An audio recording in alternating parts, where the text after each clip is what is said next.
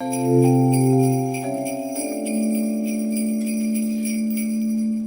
the night before Christmas, and all through the house, nothing was stirring. Not even that was last year, wasn't it? I forgot there. This is this year. It's going to be a social distance Christmas. You'd better wear your PPE, because if you don't, you'll probably find a plainclothes cop underneath your Christmas tree. And if you look closely among the tinsel, balloons and Christmas hopes, peeping through your letterbox, you'll spy a Jobs with Council snoop. It's going to be a socially distanced Christmas. Will baby Jesus wear a mask? Will the Blessed Virgin Mary be able to cuddle the Son of Man, or is that too much to ask?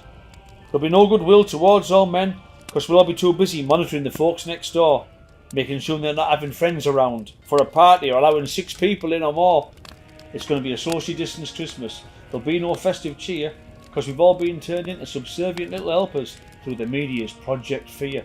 There'll be no staff Christmas lunches or office parties rocking, and no drunken brosses trying to fill his secretary's stockings. The pubs won't be filled with laughter, and Santa will be moaning no ho ho.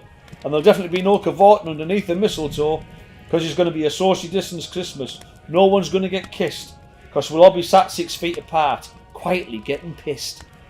We'll all be herded into our little groups, all sticking to our bubble, and woe betide if you go near your grandma for a hug. If you do, prepare yourself for trouble. It's going to be a socially distanced Christmas. It's going to be the first new normal Yule, where we all walk around like robots, observing a crazy 2-metre rule. I say it's crazy, but it'll be that way till big business wants our door. I mean, seriously. Do you think they're going to give up their billions in their annual corporate mega money making show? They'll still want us blowing us our emergency loans and buy until we drop. I don't think Harrods, Selfridges or Marks and Sparks are going to accept having 2 people at a time in their fucking shops.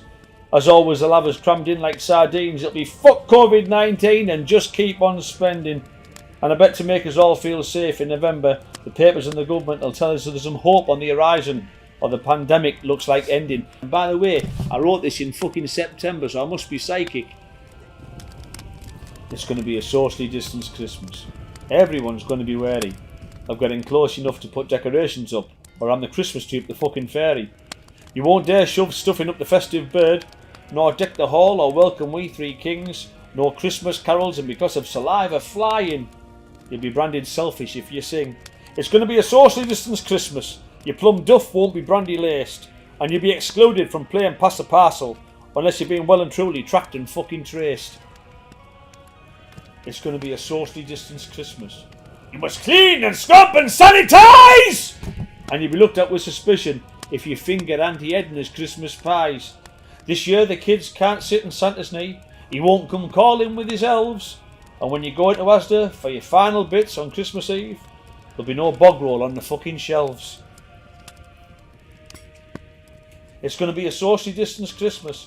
Our hearts won't be all aglow, and pub landlords will have more chance of getting a 10 grand fine on Christmas Day than they will of getting fucking snow. All we'll have is more debt and misery. It really won't be pleasant, especially when you end up with Bill Gates' forced vaccine as your fucking Christmas present.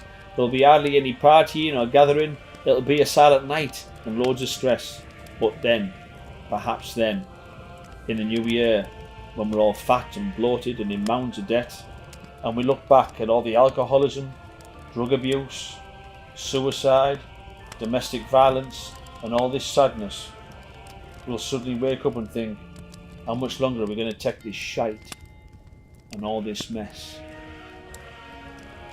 This goes out to all the people who are suffering because of lockdown.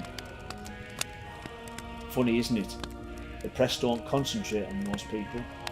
All the people who are suffering because of domestic violence and alcohol abuse, drugs, sadness, losing the business, going to the wall, suicide. Why do we get those statistics rammed down our throats every day? Don't they matter? They do to me. Merry Christmas.